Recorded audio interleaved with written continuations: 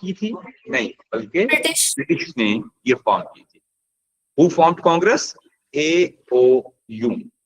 अब ये सबसे मेन चीजें हैं कि हमारे पास मल्टीपल इवेंट्स के अंदर ये जो पहला इवेंट है ये काफी important है, क्योंकि इंडियन सब कॉन्टिनेंट हिस्ट्री में there was no other political party. Political party कैसी है? जैसे अगर आप बात करते हैं कि पाकिस्तान के अंदर PMLN है, PMLN के अलावा PTI है, पीपल्स पार्टी है, ये पॉलिटिकल पार्टीज है सारी। तो what is the meaning of these political parties?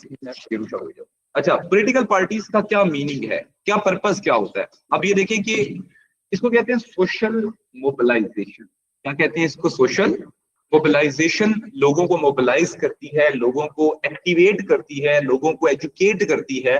ये सारा काम किसका होता है? पॉलिटिकल पार्टी का। तो आज हम पहला इवेंट करेंगे जिसकी डिटेल में हम जाएंगे। अच्छा, ये है फॉर्मेशन ऑफ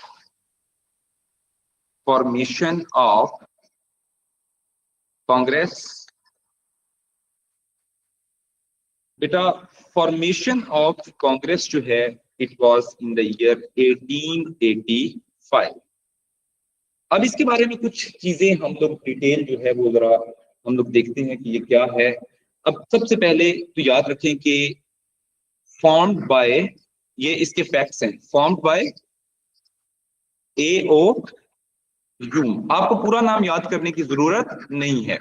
अब याद रखें कि एलन ऑक्टेवियन ह्यूम इसका पूरा नाम है, लेकिन आपको याद करने की जरूरत नहीं है।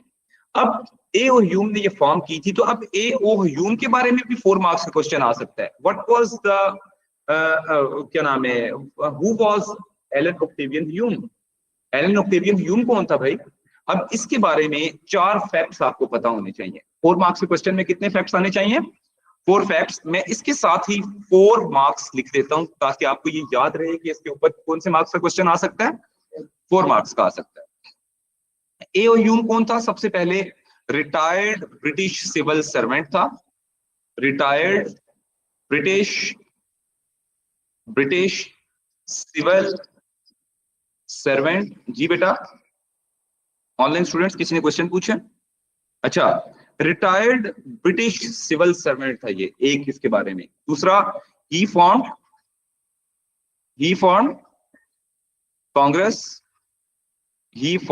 कांग्रेस। इसके बारे में 2 फैक्ट्स तो आप लिख सकते हैं, बाकी 2 फैक्ट्स कहां से आएंगे? बाकी इसके बारे में आपने याद रखना है कि एक तो ये he worked in India as civil servant. He worked in India as civil servant. Is it clear? अब इंडिया के अंदर इसने सेक्रेटरी के तौर पे, इसने जॉइंट सेक्रेटरी के तौर पे, इसने डिफरेंट पोजीशंस के ऊपर इंडिया में काम किया। Is it clear? इसके अलावा he made Congress to politically educate Indians. ये इसके पॉलिटिकल आइडियल्स के ऊपर काम करता था, और ये वो पर्सन था जो इंडियंस को पॉलिटिकल पार्टिसिपेशन दिलवाना चाहता था। वो ये चाहता था कि इंडियंस खुद भी जो है वो काउंसिल्स के अंदर जाएं, इंडियंस पार्टिसिपेट करें, इंडियंस पॉलिटिकल सिस्टम को अच्छा करें, उनको जॉब्स मिलें। He worked on that. Is it clear? तो ये वो पर्सन था जिसके बारे में 4 मार्क्स का क्वेश्चन आप आ सकते हैं। तो now I hope so you people are able to answer this 4 marks question. Who was A.O. Hume? ये 4 फैक्ट्स आप लिखते हैं तो you will be able to get 4 out of 4। Is it clear online students? अच्छा, Congress party was formed to achieve certain objectives. लेकिन इससे पहले कि हम ऑब्जेक्टिव्स की बात करें, सैंपल क्वेश्चन हमारा आ जाता है इसके ऊपर। Sample question is why was Congress formed in 1885? Congress को क्यों फॉर्म किया गया था 1885 में बाय एओ ह्यूम? क्यों एओ ह्यूम को, क्या इसको बैठे बैठे क्या सर में दर्द हुआ था, इसने कहा था कि मैं कांग्रेस में ना दूं? नहीं, इसके पीछे इसके कुछ ऑब्जेक्टिव्स थे। There were few agendas which he wanted to attain those agendas. ठीक हो गया? अब हम इसके 3 पॉइंट्स होने चाहिए। 7 मार्क्स के लिए कितने पॉइंट्स चाहिए आपको? You need to have 3 points. You need to have 3 points. ये आपके 3 पॉइंट्स आ जाते हैं। पहले नंबर पे पॉइंट नंबर 1 हमारा आ जाता है। अगर हम बात करें कि पॉइंट नंबर 1 क्या है, तो पॉइंट नंबर 1 इसका ये है कि he formed Congress to educate Indians regarding political system. He formed Congress means मतलब कांग्रेस, ये आगे इस क्वेश्चन के आगे आप ये भी आ सकता है ना कि who why was Congress formed by AOU in 1885, तो इसलिए मैंने वो उसके एस्पेक्ट के साथ ही कर दिया। तो Indians, he formed Congress to educate Indians regarding political affairs and British political model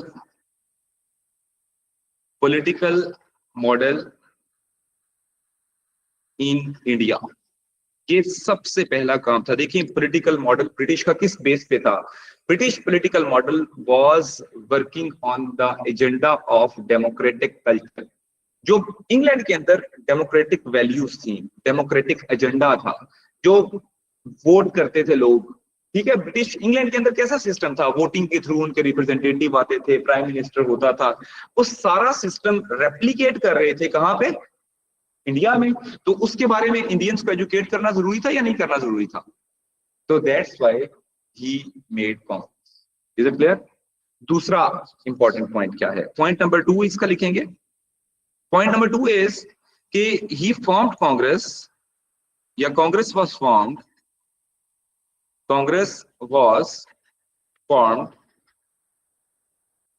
to provide political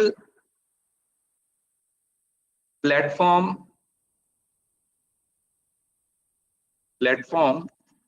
to Indians from where Indians could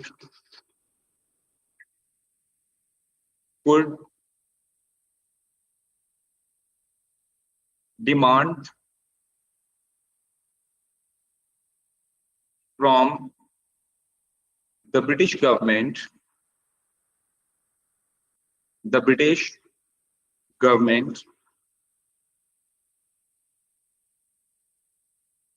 as political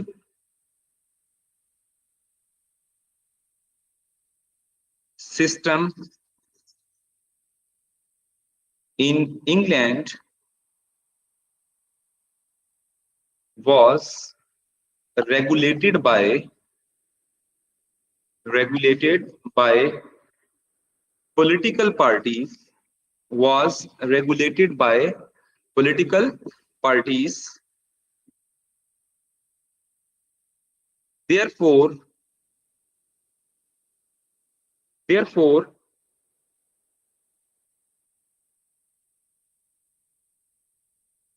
अच्छा, political parties,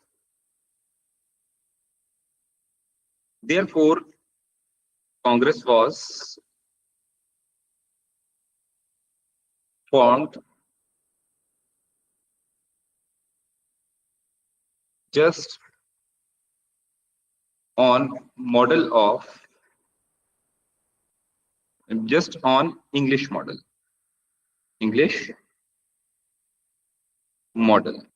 is it clear बेटा? तो English model के हवाले से जो है वो किया। अच्छा, मैं सर मोशन को कहें कि वो उस नंबर पे इस नंबर पे लिंक अपना भी हुआ है, वो उसको बोल दे के नंबर शेयर किया। ठीक। अच्छा, सो अब इस मॉडल पे जो है वो शेयर करना जरूरी था। अच्छा, इसके बाद आ जाओ। अब इसके अलावा जो तीसरी जो चीज है हमारे पास वो है कि पॉइंट नंबर 3 है हमारे पास, Congress was formed in India because India was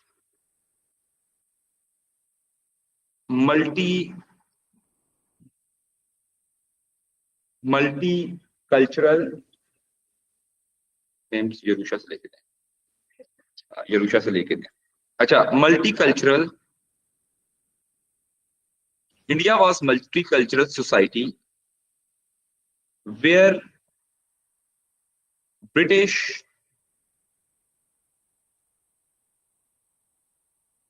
were facing administrative issues,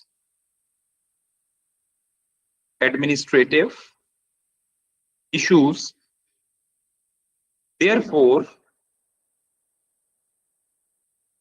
to make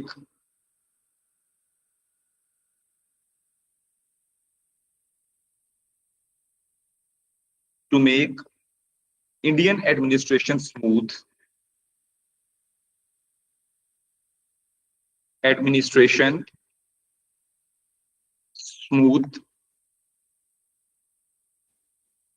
they formed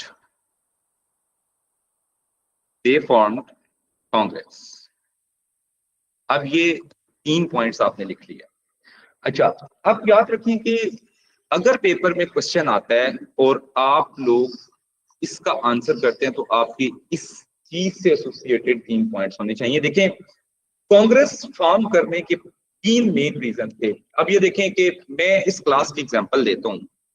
अच्छा, अब मेरी बात जरा ऑनलाइन स्टूडेंट्स आप लोगों ने ध्यान से सुननी है, क्योंकि आप लोग थोड़ा सा कंसंट्रेशन आपका कम होता है, तो आपने ध्यान से मेरी बात। अब यहाँ पे इस क्लास के अंदर 2 तरह के लोग बैठे हैं, 2 कम्युनिटीज हैं। The community which is present in the class, the community which is taking classes online. अब दोनों का एक जो माइंडसेट है वो बिल्कुल डिफरेंट है। एक का माइंडसेट ये है कि वो अपनी मर्जी से उठ सकते हैं, जो फेस टू फेस क्लास में बैठे हैं ये अपनी मर्जी से उठ नहीं सकते। ऐसा है या नहीं है? उनके ऊपर मेरा वो चेक एंड बैलेंस नहीं हो सकता जो आपके ऊपर है।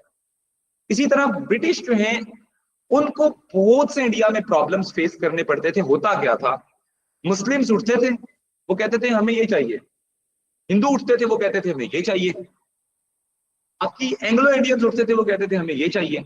हर कम्युनिटी की एक डिफरेंट डिमांड थी। अब ब्रिटिश को कैसे पता चले कि भाई सारे इंडियंस की ज्वाइंट डिमांड क्या है? वो किस तरह पता चल सकती थी? How could they know about joint demands in India? They found there political party जिसमें सारे लोगों के लिए थी। ये कांग्रेस पार्टी सिर्फ हिंदूज के लिए नहीं थी।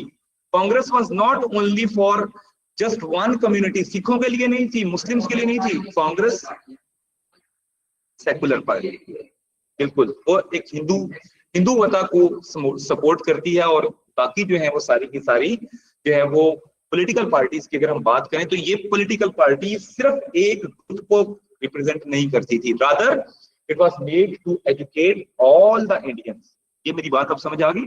अब ये क्वेश्चन आपको समझ आ जाएगा।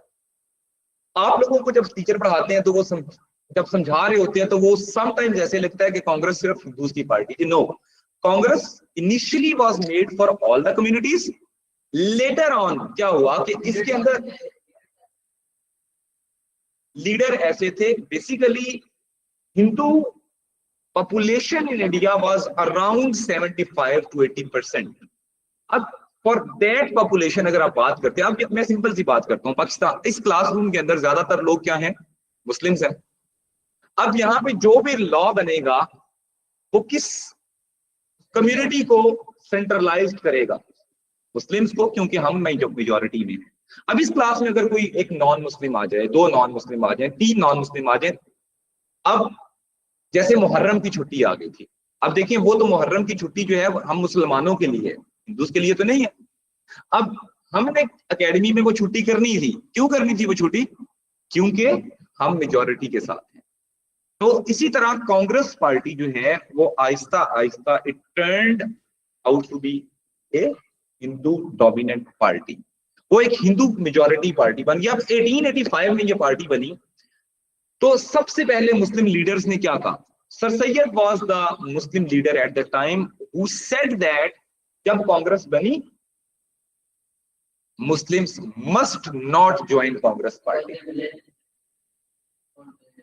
ये एक छोटी सी रीजन है, मेन रीजन सर सैयद ने कहा था कि कांग्रेस पार्टी मुस्लिम्स को नहीं ज्वाइन करनी चाहिए because Muslims were less educated than Hindus, number 1।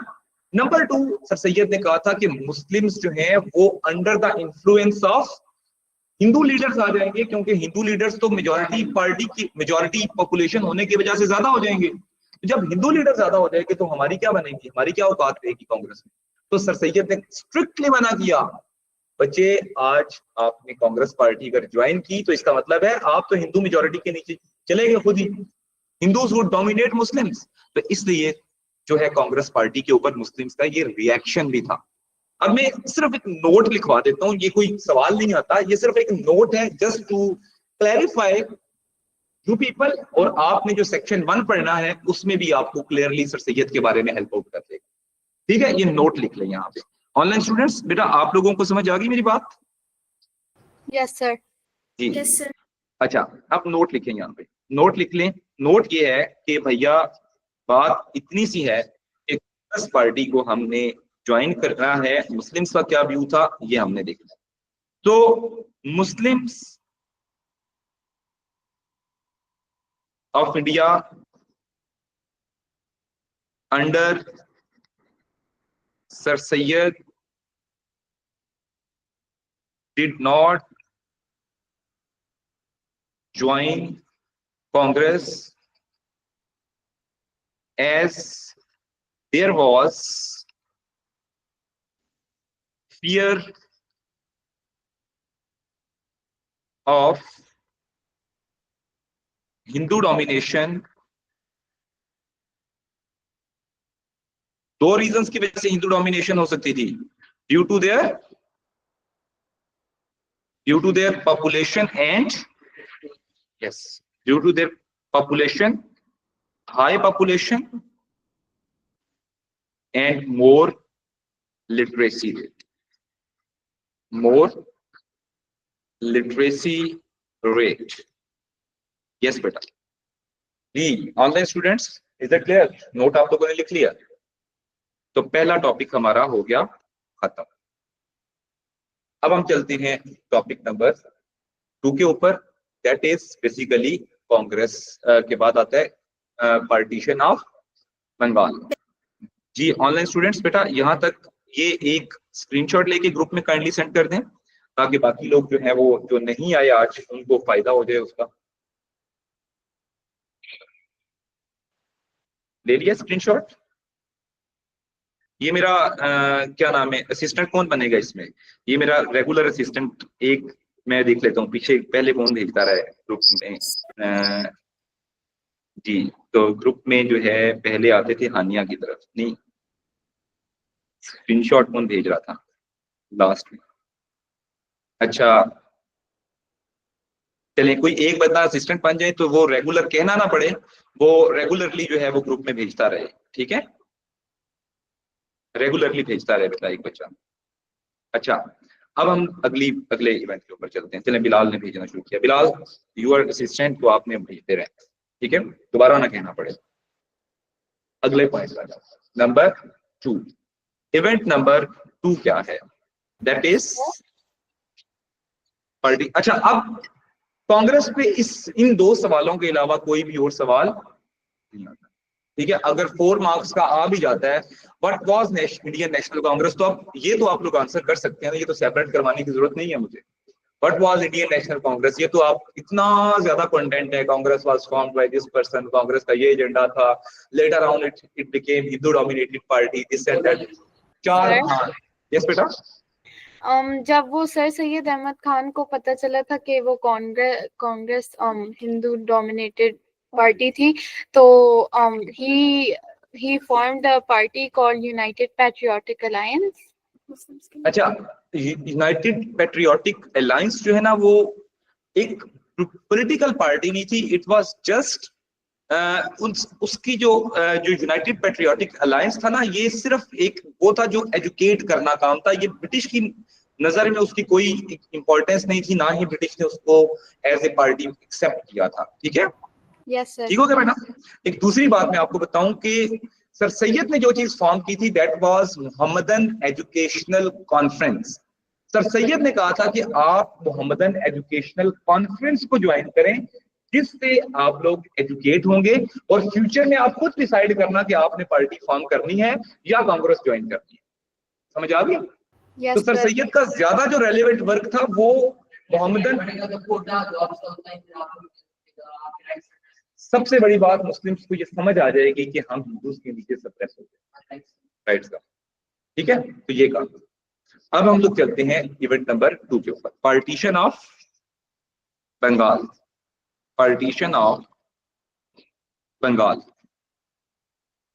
अच्छा, अब पार्टीशन ऑफ बंगाल ये क्या बला है? अब ये 1905 में हुई थी। बहुत सारे लोगों को इसका नॉलेज भी होगा, बहुत आसान टॉपिक भी है, लेकिन मैं फिर भी पढ़ाऊंगा क्योंकि ये मेरी वो एक, जिसको नहीं आता मैं उनका भी टीचर हूँ, जिसको आता है मैं उसका भी टीचर, तो पढ़ाना जरूरी है मेरे लिए। अच्छा, पार्टीशन ऑफ बंगाल क्या थी? It was done by Lord Curzon. किसने किया था? लॉर्ड कर्जन ने किया था, डन बाय लॉर्ड कर्जन। अब लॉर्ड कर्जन के बारे में भी तो सवाल आ सकते हैं ना भाई, कि 4 नंबर का सवाल है, who was Lord Curzon? 4 point बताने अब आपने इसके बारे में भी। कौन था ये लॉर्ड कर्जन? ब्रिटिश, अच्छा चलेंगे, पहला आपने बता दिया ब्रिटिश वाइसराय, अगला पॉइंट बताएंगे। एक तो था ये British viceroy, viceroy from 1900 to 1905। चलें, एक एडिशन मैंने कर दिया। ही पार्टीशन बंगाल, अच्छा पार्टीशन बंगाल कर दिया, चलेंगे, ये दूसरा पॉइंट हो गया। अगले 2 फैक्ट बताओ ना भाई, इसके बारे में और फैक्ट बताओ, 2 facts. 2 facts are needed, any volunteer? नहीं, ये लॉर्ड कर्जन को एड्रेस नहीं करता। हाँ जी जी, इसमें ही इंट्रोड्यूस्ड, नहीं इसकी नहीं हुई थी, वो मिनटों की हुई थी। अच्छा, he introduced land reforms in India, ये इसका तीसरा है। he wrote many books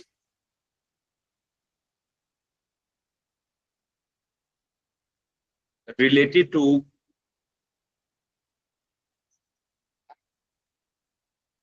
different topics associated with India. ये ऑथर भी थे, एक अच्छा ऑथर था, और ये बॉटनी और इन चीजों में ये इंटरेस्टेड था, प्लांट्स और इस तरह की ये चीजों के हवाले से इंडिया में जो मुख्तलिफ तरह की हर्ब्स थी। ये एक पार्ट टाइम जो है, ये एक क्या उसे कहते हैं, नहीं उसको पार्ट टाइम कहते हैं कि ये एक पीर साहब भी थे इंडिया के लिए, और ये पार्ट टाइम पे इंडिया के अंदर जो है वो हकीम साहब भी थे। ये हकीम साहब थे जो बहुत सारा काम करते रहे इस हवाले से। ठीक है, ये हकीम साहब है, डन हो गया। प्रिजर्व की थी, इसकी बहुत सारी रिफॉर्म्स हैं, इसने कम से कम जो है वो तकरीबन 40-45 के करीब इसके पैम्फलेट्स हैं और बुक्स हैं। ठीक है, इसका काम बहुत ज्यादा है, एक्सटेंसिव वर्क इसने किया था, और ये एडमिनिस्ट्रेशन के हवाले से तगड़ा आदमी। ठीक है, और ये वो बंदा था जो मेंटली भी बहुत शार्प था। इस बंदे ने ब्रिटिश को बताया था कि हम इंडियंस को कैसे कंट्रोल कर सकते हैं। इसने वो सारे लैंड एक्विजिशन लॉज भी इसने इंट्रोड्यूस करवाए, बिल्कुल डिवाइड एंड रूल के ऊपर भी फोकस कराया। अच्छा, पार्टीशन ऑफ बंगाल की क्या, अब ये तो हो गया कर्जन के बारे में फैक्ट्स हो गए, 4 नंबर का सवाल भी कवर हो गया अलहदा से। ये ऑनलाइन स्टूडेंट्स आप लोगों को समझ आ गई? कर्जन के बारे में लिख सकते हो 4 नंबर का सवाल अगर आ जाए तो? Yes sir. ओके, चलेंगे। अब पार्टीशन ऑफ बंगाल के अंदर दूसरा मेन चीज क्या है कि ही स्टार्टेड जी बेटा सर्वे इन बंगाल बिफोर पार्टीशन। इसने 1900 के अंदर भी, 1900 पूरे में भी, 1901 में भी, 1903 में भी 3 सर्वे कराए थे बंगाल के अंदर, तो ये सर्वे भी इसने करा दिया। डन हो गया। फिर इसके बाद फर्दर इसने बंगाल को 2 हिस्सों में डिवाइड किया, ईस्ट बंगाल, ये तो सबको पता होगा, ये मुझे बताने की इतनी जरूरत नहीं है, ईस्ट बंगाल, और दूसरे नंबर पे वेस्ट बंगाल। ये 2 बंगाल बन गए। अब ईस्ट बंगाल का कैपिटल किसको बनाया गया? डेका को। इसका पुराना नाम है डेका, फिर इसका जो नया नाम है ढाका। ठीक है, ढाका स्वीट्स आपने सुना होगा, इस्लामाबाद में बहुत ज्यादा जगहों पे ढाका स्वीट्स, तो ये ढाका जो है ये इसका मॉडर्न नेम है, Deka is the old name. ठीक है, फिर इसके बाद डेका से वेस्ट बंगाल क्या है? वेस्ट बंगाल का कलकत्ता। कलकत्ता जो है ना, याद रखिएगा, इंडिया के अंदर आज भी सबसे बड़ी पोर्ट जो है, पोर्ट बिजनेस सेंटर, जिस तरह हमारे लिए कराची बड़ा इंपॉर्टेंट है ना, कराची कहते हैं कि कराची चलेगा तो मुल्क चलेगा, इसी तरह इंडिया के अंदर कलकत्ता चलेगा तो मुल्क चलेगा। Calcutta is the big major port in India, और ये जो है इसको अलहदा कर दिया और ढाका को अलहदा कर दिया। अब ये जो मेन चीज थी इसके अंदर किया गया। ठीक हो गया। अब इसके बाद पार्टीशन जो है, it was primarily done to make administration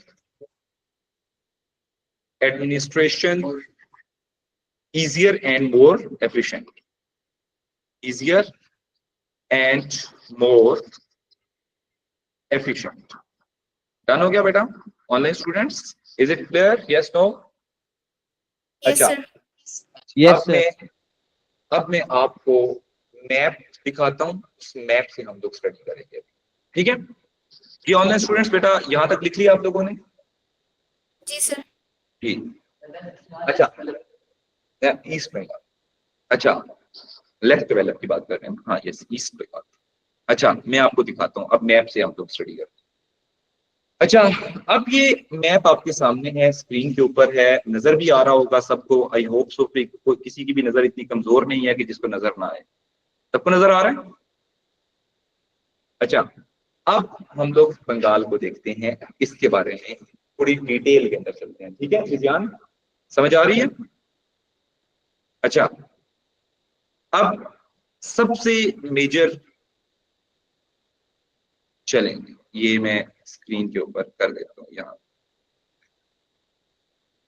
ये मैं इसको, ये छोटा ही रहेगा। अच्छा खैर, मैप, ये जो रेड पोर्शन आपको नजर आ रहा है ना, ये जो रेड पोर्शन नजर आ रहा है, इसका नाम क्या है? इस रेड पोर्शन को कहते हैं वेस्ट बंगाल। आपको भी देखें, ईस्ट वेस्ट मैंने ज्योग्राफी में भी आपको कराए हैं, अगर आप भी आपके ईस्ट वेस्ट गलत हुए ना, फिर तो पक्की पिटाई बनती है। ईस्ट वेस्ट नहीं गलत होने चाहिए अब आपके। अच्छा, मैं जो पूछूंगा वो बताएंगे। ये जो पोर्शन है ये कौन सा है? वेस्ट। मैंने क्या बोला था? लेफ्ट आर्म हमेशा क्या होता है? वेस्ट। राइट आर्म हमेशा क्या होता है? ईस्ट। तो ये जो राइट आर्म वाले आता है, आपके सामने राइट आर्म देख लें, आपका राइट आर्म क्या है? ईस्ट। लेफ्ट आर्म क्या है? वेस्ट। तो ये ईपी है, ये ईबी है, और ये क्या है? WB है, वेस्ट बंगाल। अब कलकत्ता एक का था।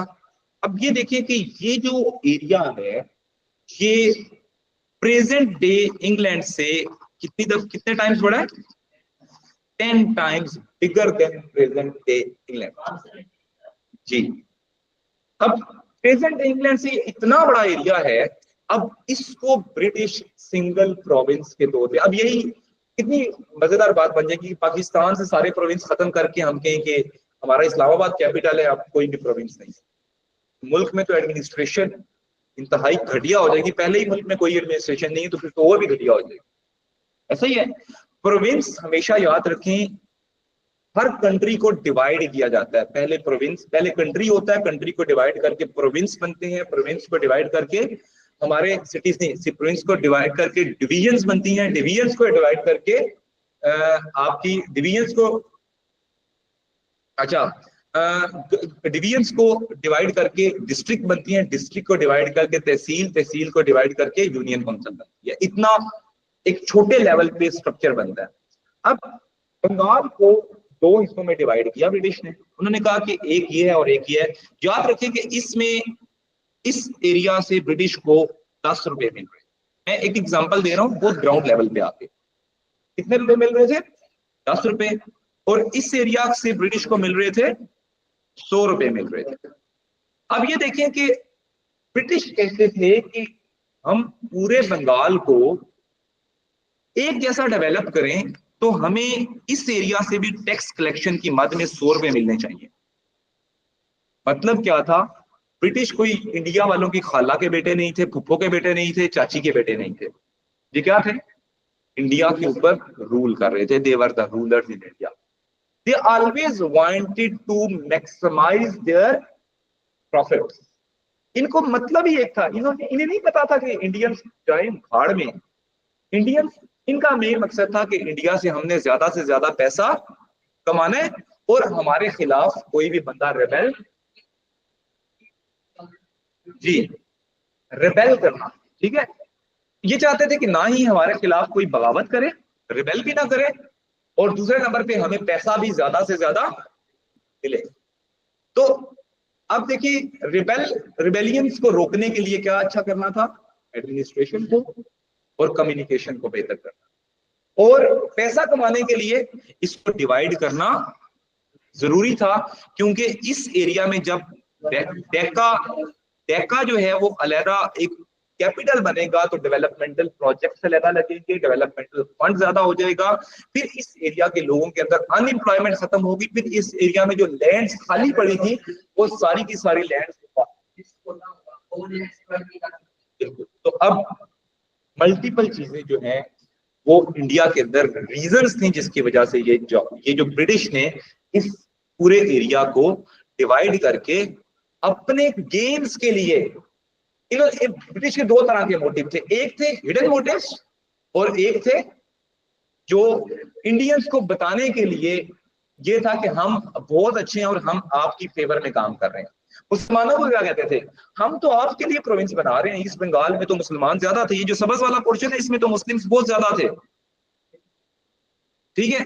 वो चाहते थे कि भाई इंडिया इस पोर्शन को हम मुस्लिम्स के लिए सेपरेट प्रोविंस बना देंगे, और इसमें हिंदू ज्यादा थे तो हिंदूज को ये कहा कि हम आपके लिए अलग प्रोविंस बना रहे हैं। अब ब्रिटिश बड़े सियाने थे, उन्होंने ना इंडियंस को जो इनके हिडन मोटिव्स थे वो नहीं बताए, लेकिन उन्होंने कुछ मोटिव्स जो ब्रिटिश ने बताए थे वो क्या थे और हिडन मोटिव्स क्या थे, हम दोनों लिखेंगे। उसके ऊपर सवाल आते हैं, हम दो तरह के सवाल करेंगे। चलें अब आ जाए, अब हम लिखना शुरू करें। Online students, is it clear बेटा? Yes sir. जी Yes, sir. अब हमारे पास अगली चीज आ जाती है। नेक्स्ट हमारा मोटिव क्या है, हमारी मेन चीज क्या है वो लिखते हैं। अब causes of partition of Bengal. ये मैंने causes of partition of Bengal की है, मैंने कॉजेस ऑफ रिवर्सल नहीं कही है आपको। ये कौन सी कॉजेस है? Causes of partition of Bengal. नींद बहुत आती है। अच्छा, सिंपल क्वेश्चन लिखे। पहला क्वेश्चन, क्या आ सकता है पार्टीशन पे? 7 नंबर का क्वेश्चन आ सकता है। वाई 7 मार्क्स का हमेशा कब होना है? एक्सप्लेन वाई, ठीक है, वाई या explain why. Explain why was Bengal partitioned in 1905। ये तो हो गया 7 मार्क्स का क्वेश्चन। 14 का भी बन सकता है इसके ऊपर।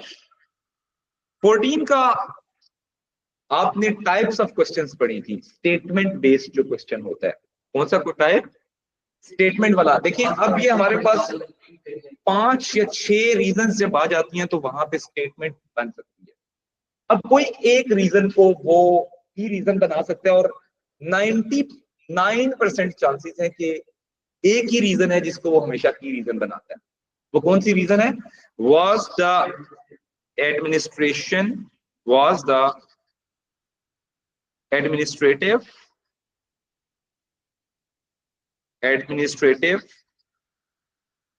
reason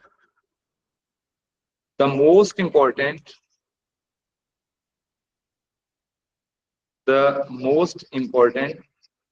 reason behind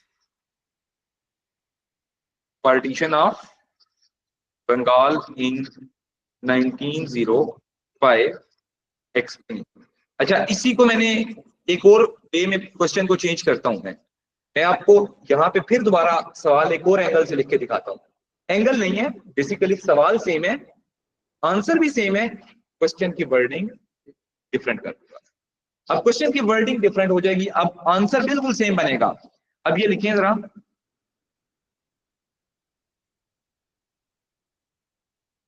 to what extent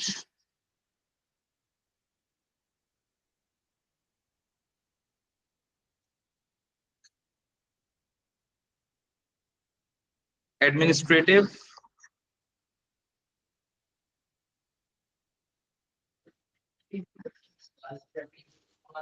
बेटा आपने पहले पूरा लिख के फिर उसके बाद जो है वो पीओबी लिखना है। पहले पूरा लिख के फिर उसके बाद ब्रैकेट में पीओबी लिखना है, फिर आप यूज कर सकते हैं, वरना ठीक है। अच्छा, to what extent administrative reason the most important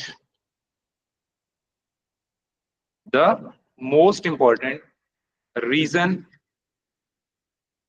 behind partition of Bengal in 1905। Mobile मुझे दे दो। अच्छा, the most important reason behind partition of Bengal in 1905 explain। चलेंगे, अब ये देखें, इसमें और ऊपर वाले सवाल में कोई फर्क है? दोनों में स्टेटमेंट का सिर्फ डिफरेंस है। मैंने सवाल के अंदर सिर्फ स्ट्रक्चर चेंज किया है। एक में मैंने स्टेटमेंट बना दी थी कि आप इससे एग्री या डिसएग्री करते हैं या नहीं करते। दूसरे वाले में मैंने टू व्हाट एक्सटेंट से सवाल पूछा, to what extent administrative reason the most important. तो दोनों में मैंने क्या पूछा? Actually the most important. जी अरेस, फिर कोई स्ट्रक्चरल डिफरेंस के अलावा इसके आंसर में कोई भी फर्क नहीं आएगा। ठीक है, चलेंगे अब हम चलते हैं इसके पॉइंट्स के ऊपर। अच्छा, सबसे पहला point number 1,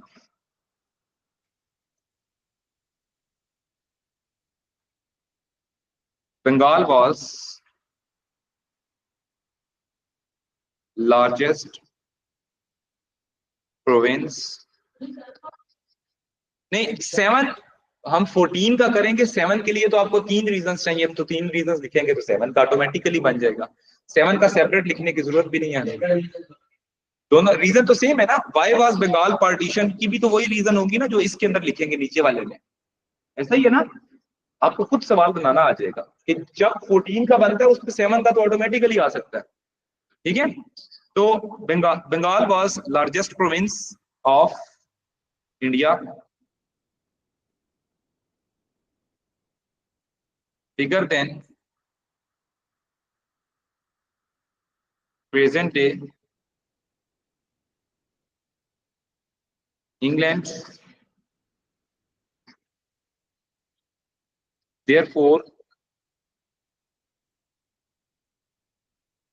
administration was difficult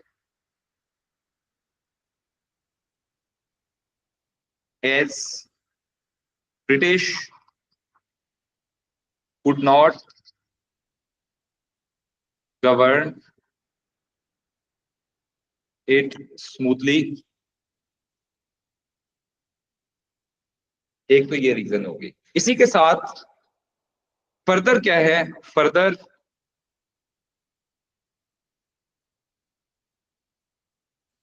deployment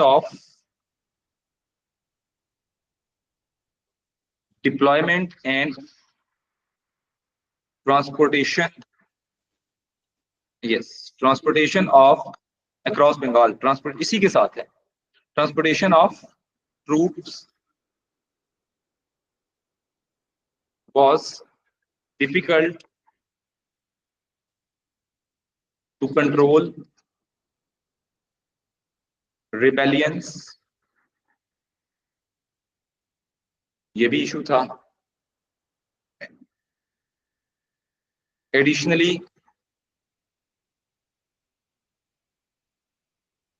administrative messages या administrative communication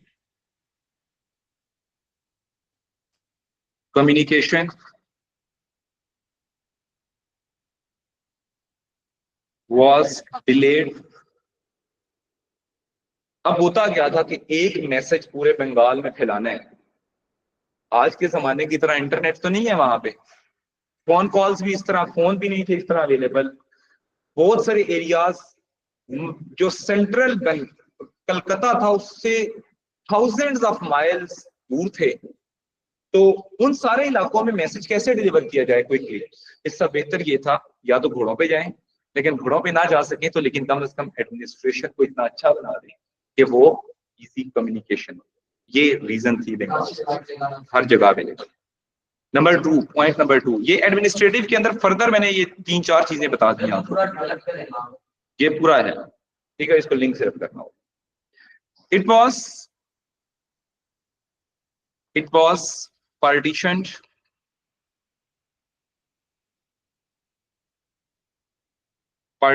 to maximize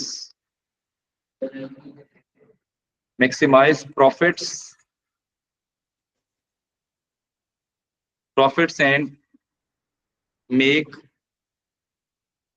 revenue collection smooth।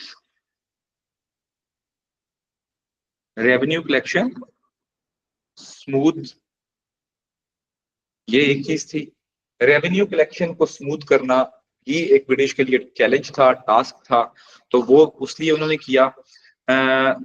therefore by partitioning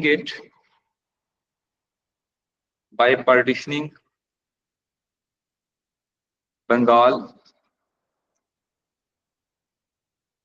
into East Bengal and West Bengal, revenue could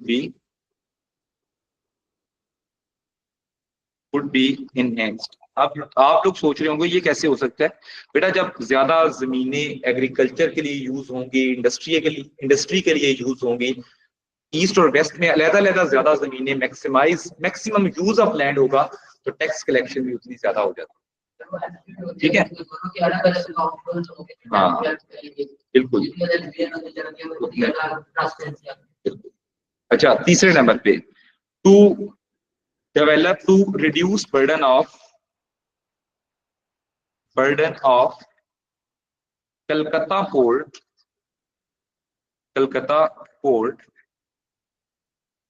there were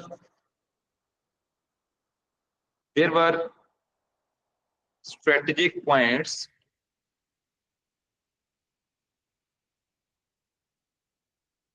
at Sylhet and Chittagong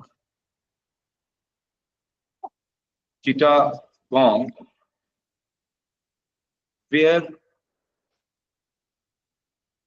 British could establish alternative to Calcutta port. Therefore, it was possible by partitioning. देखें, जब partition कर लेंगे तो east Bengal के अंदर administration अच्छी होगी तो पोर्ट्स जो है वो क्विकली डेवलप की जा सकती है।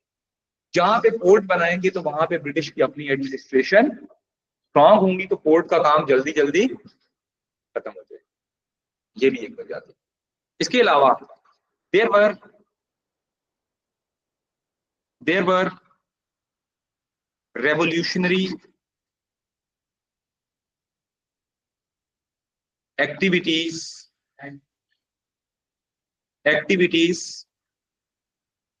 in Bengal,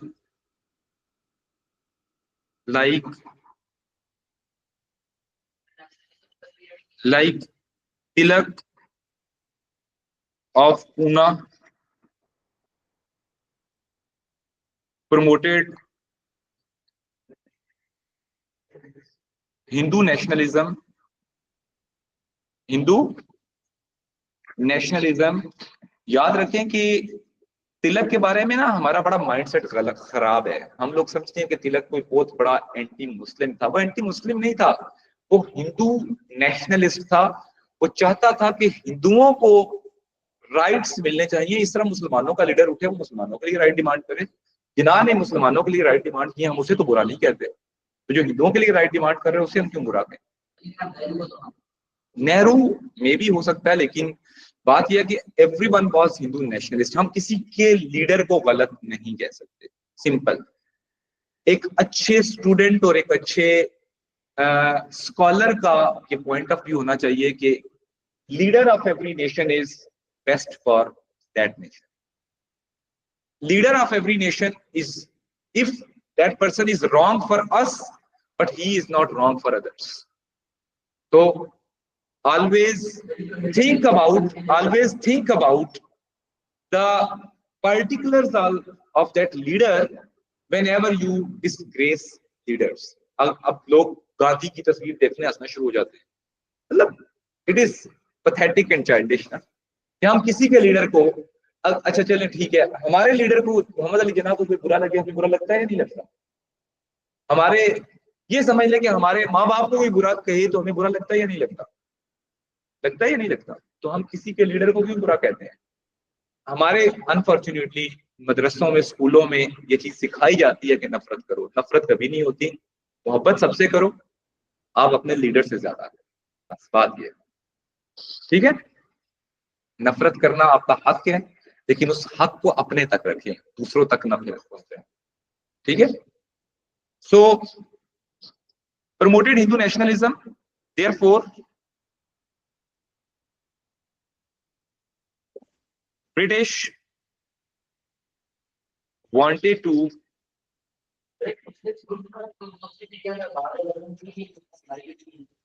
वो छोटी छोटी सी बात को इतनी बड़ी रीजन नहीं बनाते हम कह सकते। ठीक है? British wanted to control Bengal and suppress revolutionary activities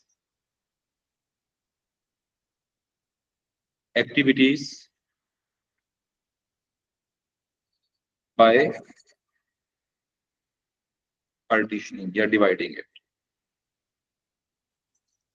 by division करना। चलिए डिवीजन, अच्छा सो डिवीजन से जो है वो कर सकते थे। फिर it was policy it was part of British policy of divide and rule. They did not want Hindus and Muslims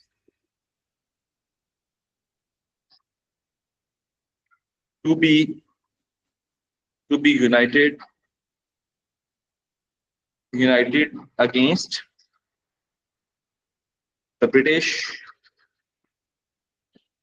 तो इसलिए उन्होंने कहा कि भाई इससे पहले कि आपस में इकट्ठे हो जाएं, इनको निकालो एक दूसरे से।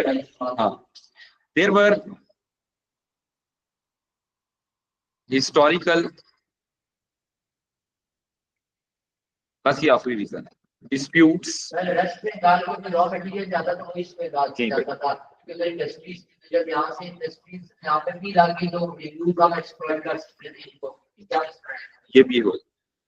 ये बात की बात है, लेकिन हम पहले लिखेंगे historical disputes like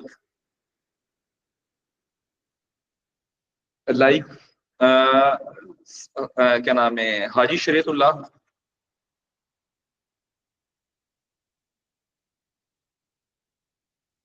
started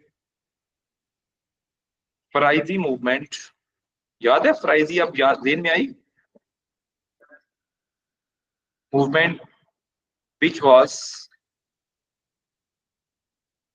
in East Bengal against, जी बेटा, against हिंदू जिमीदार्स, जो हिंदू लैंडलॉर्ड्स थे, जमींदार्स थे, उनके अगेंस्ट ये प्रॉपरली मूवमेंट चली थी ना, कि हिंदू जिमीदार्स मुसलमानों को सप्रेस कर रहे थे। तो उस सप्रेशन में, अब ये हिस्टोरिकली अगर आप देखें तो ये तो हिंदू और मुसलमानों में ईस्ट बंगाल में करीबन 100 साल ब्रिटिश के आने, मतलब बंगाल की पार्टीशन से 100 साल पहले से डिस्प्यूट था, तो ब्रिटिश ने उसको भी बेस बनाया।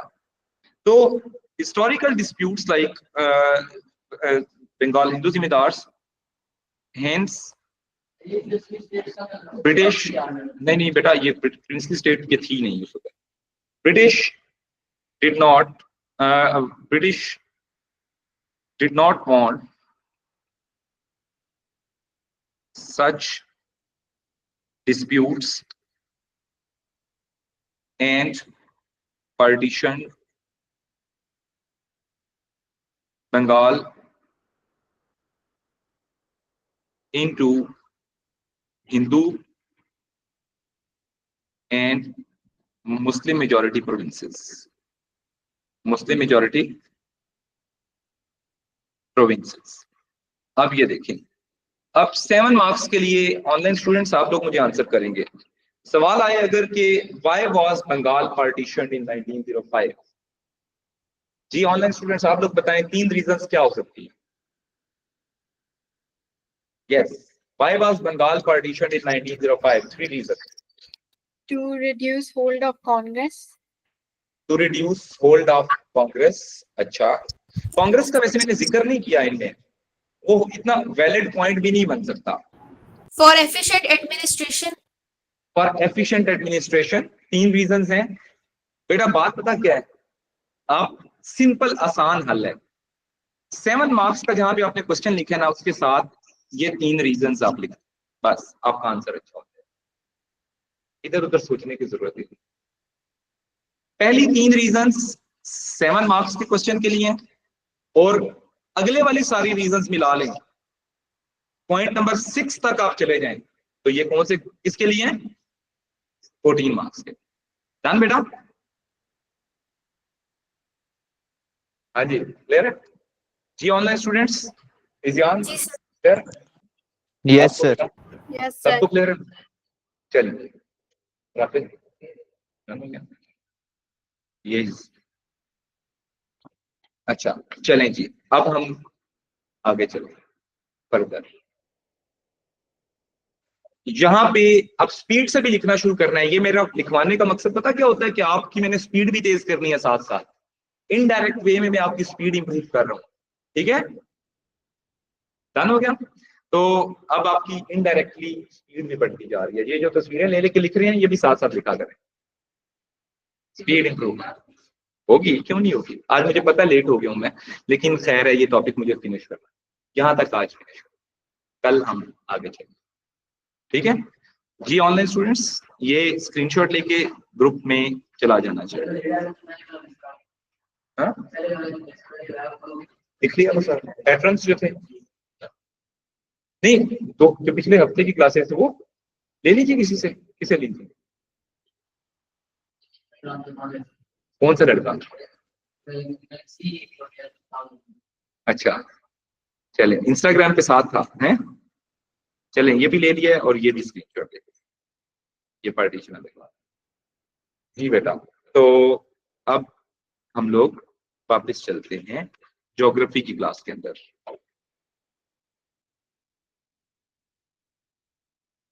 ज्योग्राफी की क्लास के अंदर हम लोग चलेंगे तो पहले हम लोग